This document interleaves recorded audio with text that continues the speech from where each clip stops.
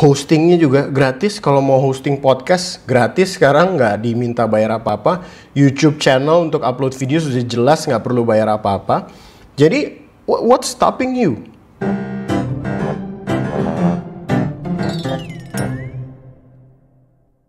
What's up, Disruptive Doctors? Welcome back to another vlog dari Dissecting Money. Dan saat ini saya mau sharing sedikit aja. Jadi beberapa hari yang lalu itu saya lagi diskusi sama istri saya.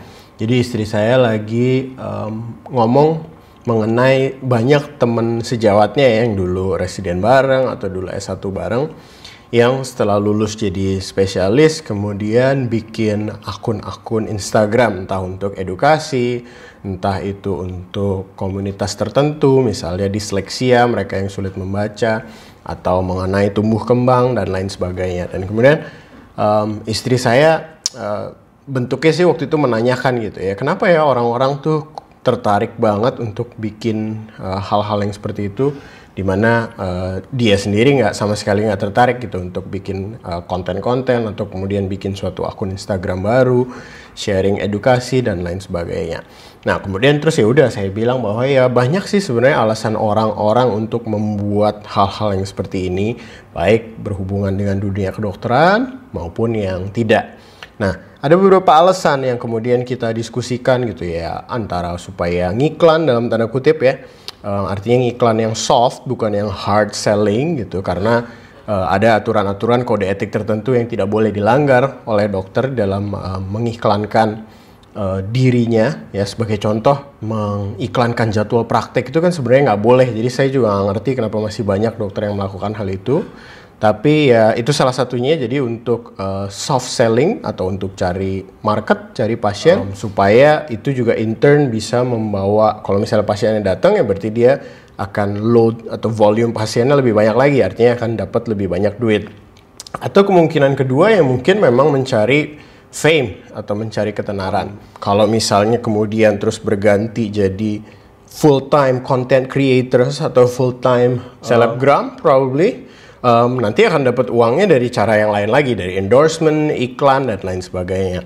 Atau kemungkinan bisa juga memang senang berbagi aja, karena memang nature-nya adalah nggak suka ilmu pengetahuan itu disimpan sendiri, sehingga mereka mau share ke orang lain.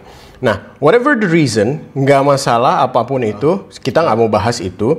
Cuma yang saya mau bahas adalah fakta bahwa kami mendiskusikan ini berarti menurut saya nih, saya melihat bahwa ada sebuah perubahan yang sedang terjadi atau sudah terjadi sebenarnya, dan kita udah ada di dalamnya. Nah, perubahan apa? Perubahan itu kalau misalnya kita ingat gitu ya, dulu di masa kita kecil, kalau misalnya sejawat yang menonton video ini dari golongan millennials atau mungkin generasi atasnya, kita dulu waktu kecil itu tumbuh nonton TV itu, kemudian lihat aktor, lihat bintang iklan dan lain sebagainya, itu kita selalu amazed gitu ya. Kita selalu enak kali ya kalau bisa muncul di TV dan kemudian dikenal banyak orang, jadi terkenal, banyak duit dan lain sebagainya. Jadi ya hampir semua dari kita lah pasti pernah pengen yang namanya muncul di TV supaya dikenal orang. Kalau misalnya di zaman dulu, untuk seseorang bisa muncul di TV, untuk bisa jadi aktor, aktris, bintang iklan dan lain sebagainya, banyak faktor lah, tergantung uang yang dimiliki, ya kan, tergantung nasib, tergantung mukanya ganteng atau cantik atau enggak gitu. Jadi ada banyak faktor yang menentukan apakah seseorang bisa lolos dan kemudian masuk TV dan disiarkan untuk orang-orang se-Indonesia misalnya nonton gitu ya. Nah tapi itu dulu. Nah sekarang situasinya, kondisinya udah berubah total. Kenapa? Karena kita sekarang muncul di TV atau di HP orang lain ya. Sekarang bisa dibilang HP itu udah kayak TV, radio, dan gadget yang bisa mengcover semuanya gitu ya. Cara untuk kita nongol di HP orang lain itu sepenuhnya ada di tangan kita. Jadi sama sekali kita nggak butuh tuh faktor-faktor yang lain tadi. Harus ganteng, cantik, harus pinter ngomong, harus tinggi, harus bisa acting dan lain sebagainya. Itu udah nggak ada lagi. Faktor-faktor itu udah hilang dan semuanya sepenuhnya ada di tangan kita. kita mau muncul atau enggak di HP orang. Ya tentunya dalam bentuk, kalau misalnya kita mau bikin podcast ya bikin podcast, kita mau bikin YouTube channel ya tinggal bikin gitu kan. Dan beberapa waktu yang lalu sehubungan dengan hal ini saya baru aja nonton sebuah episode dari YouTube channelnya Raditya Dika, yang dimana dia lagi bahas kalau waktu itu kalau nggak salah mengenai cara-cara untuk jadi sukses lah di revolusi industri sekarang. I think he's an amazing guy ya. Kalau misalnya nih saya setengah mati ngasih tahu teman-teman sejawat dokter untuk kemudian investasi, ketahuilah reksadana, ketahuilah risiko dan lain sebagainya. Raditya Dika itu udah mulai 15 tahun yang lalu. Jadi saya investasi mulai di usia 33, tahu reksadana, dia udah mulai 15 tahun yang lalu. Jadi compounding interestnya ya udah jelas banyak lah ya, karena waktu itu beliau juga nulis buku dan kemudian uangnya full diinvestasikan, hanya sedikit yang untuk keinginan, itu diceritakan di beberapa vlognya beliau. Jadi I think he's an amazing guy. Kalau misalnya mau cek konten-kontennya, menurut saya itu benar-benar speaks the truth of investing and personal finance. Nah, dibandingkan dengan Raditya Dika ya, walaupun dia pasti udah punya subscribers banyak, followers banyak, fanbase banyak gitu ya. Tapi saya nih yang bukan siapa-siapa can actually make the same YouTube channel, can actually make the same kind of podcast. Di era sekarang yang menentukan kita mau atau enggak muncul di HP orang lain, di TV orang lain, di radio atau podcast player orang lain, itu semuanya sepenuhnya ada di tangan kita. Terserah kita mau atau enggak. Oke lah, terus dibilang ya iya sih, tapi kan Raditya Dika udah terkenal apa segala macam. Kita kan akan baru mulai. Ya itu masalahnya, kita baru mulai. Dia udah mulai 15 tahun yang lalu. Who's to say 15 tahun dari sekarang mungkin saya udah bisa sebesar itu. Ya saya nggak tahu. Ataukah saya gagal di tengah jalan 2 atau 3 tahun ke depan. Ya saya nggak tahu. And it doesn't matter, but semua orang mulainya tuh dari nol gitu ya. Semua YouTube channel mulai dari subscribersnya 0, mulai dari view-nya 0. Jadi tergantung kita aja gimana menyikapi dan follow up konsisten di dalam produce konten-konten kita. Dan menurut saya ya, untuk bikin hal-hal yang begini, untuk muncul di HP orang lain, untuk muncul di gadget orang lain, itu nggak perlu ribet sama sekali. Ya, seperti kayak sekarang aja saya nggak perlu terus set up dengan kamera Leica, kemudian ada tripod dan lain sebagainya. Saya hanya pakai webcam laptop dari laptop yang saya miliki. Ini saya terinspirasi dari Simon Sinek ya, authorsnya Start With Why, karena saya lihat di channelnya beliau tuh videonya simple aja gitu, dari webcam laptop kemudian dia rekam hal-hal yang menurut dia bisa jadi value untuk orang lain, and udah deh jadi konten gitu. Jadi dulu saya masih mikir untuk harus setup kamera, tripod dan lain sebagainya. Sekarang hanya dengan begini aja saya udah bisa bikin dan produce konten dan muncul di HP orang-orang, di HP sejawat sekalian gitu ya. Tinggal pakai modal mic atau mic lavalier clip on kayak gini, itu harganya murah banget di online shopping application. 300 sampai 700 ribu juga udah bisa dapet yang bagus. HP saya juga bukan HP yang mahal atau bagaimana. Ini untuk recording supaya suaranya bagus ya. Ini HP 3 jutaan. App edit videonya juga yang gratisan. Saya pakai iMovie untuk yang Windows. Banyak mau pakai DaVinci Resolve ataupun yang lain, banyak yang bisa dipakai. Hostingnya juga gratis. Kalau mau hosting podcast gratis sekarang, nggak diminta bayar apa-apa. YouTube channel untuk upload video sudah jelas nggak perlu bayar apa-apa. Jadi what's stopping you? Dulu kita terhambat gitu loh. Kita harus ganteng, harus cantik, harus lewat agency, harus dikenal orang lain, harus pinter ngomong dan lain sebagainya. Sekarang nothing stopping us. Tinggal rekam aja video, asal kita punya hal yang mau di-share untuk orang lain. Bikin YouTube channel, bikin podcast, bikin Instagram, Twitter, blog, whatever. We are our own production house. Kita adalah rumah produksi kita sendiri. Masalahnya kita mau nggak bikin dan kemudian bagikan itu ke orang lain. Dan sebenarnya video ini salah satu contoh produksi saya yang sederhana ya.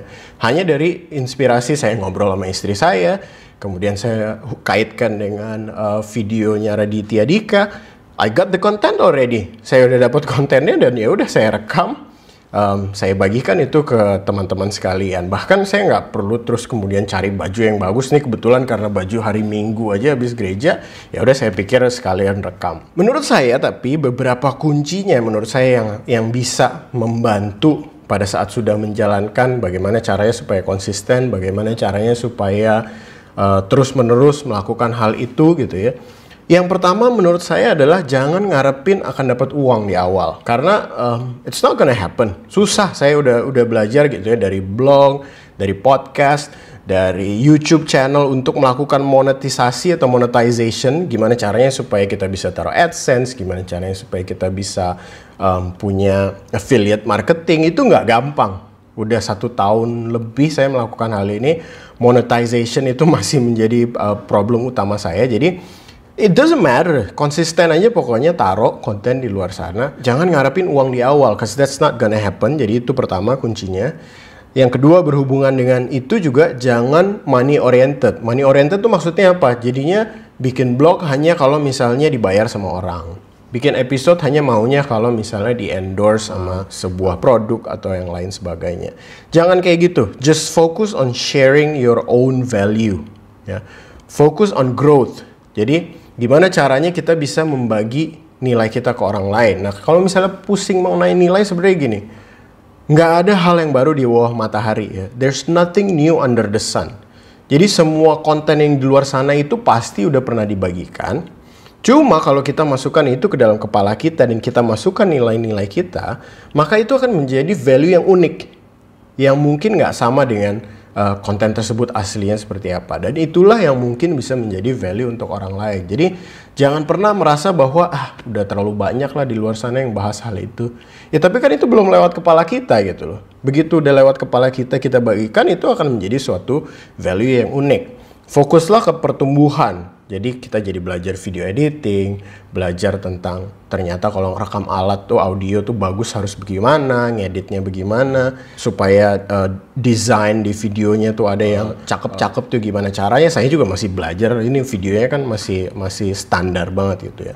Nah kemudian yang ketiga, jangan berharap untuk jadi viral atau menjadi tiba-tiba beken sekejap gitu ya. Kenapa?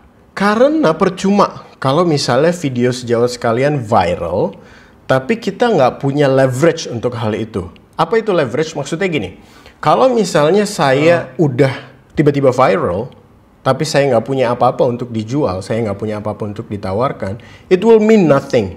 Itu hanya akan jadi view di satu video, video-video lainnya belum tentu orang nonton, podcast-podcast lainnya belum tentu orang dengerin, blognya belum tentu orang baca. Nah, lain cerita kalau misalnya saya udah bikin buku. Ya, saya udah tulis buku, saya udah jadi author sebuah buku, misalnya buku tentang finance, dan kemudian somehow suatu hari video saya went viral. Kalau saya udah punya buku, itu akan menjadi leverage karena orang-orang jadi tahu saya siapa, jadi tahu saya nulis buku apa, and then they will be more likely to buy my book. Gitu. Jadi jangan ngarep jadi viral kalau misalnya kita masih di awal-awal, udah santai aja, just produce. Taruh video. Karena di akhir tahun ini YouTube baru aja ngasih tahu gitu ya bahwa ya Dissecting Money tahun ini subscribersnya dapat berapa, view-nya dapat berapa, dan terus terang saya kaget juga sih. Saya kan bikin video jarang-jarang gitu ya, tapi lumayan lah. Ada 400-an sekian subscribers mulai dari nol. It's lovely menurut saya gitu kan. Udah berapa ribu jam juga ternyata ditonton oleh orang-orang. Jadi jangan terlalu pusing sama angka-angkanya. Lihat aja nanti setelah 1 tahun sebenarnya growth kita kayak gimana sih. Apa aja sih yang udah kita dapat, perkembangan apa yang kita dapat tahun ini.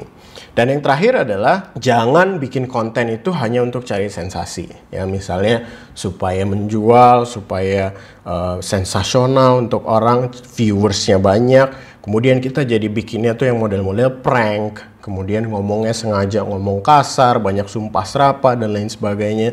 Just don't do that gitu ya. Jangan lupa kalau misalnya kita create content untuk ditaruh di social media, ditaruh di internet, someday anak-anak kita more than likely akan nonton juga gitu loh. Masa sih mau kita udah 50-60 tahun tiba-tiba anak cucu kita nonton kita ngomong sumpah serapah lah, kita melakukan hal-hal yang nggak baik gitu ya. Jadi menurut saya sih that's not how you do it. Jadi we're living di revolusi industri 4.0 ini, we are our own production house. Tinggal masalahnya mau nggak untuk kemudian ya susah sedikit dan kemudian bikin YouTube channel, podcast, blog, dan lain sebagainya. Everything is up to us. Nah, Mudah-mudahan ini bisa menjadi inspirasi buat sejawat sekalian, teman-teman sekalian. Dan kalau misalnya suka video ini, please like, subscribe, nyalakan notifikasi, and see you in the next vlog episode. Bye-bye!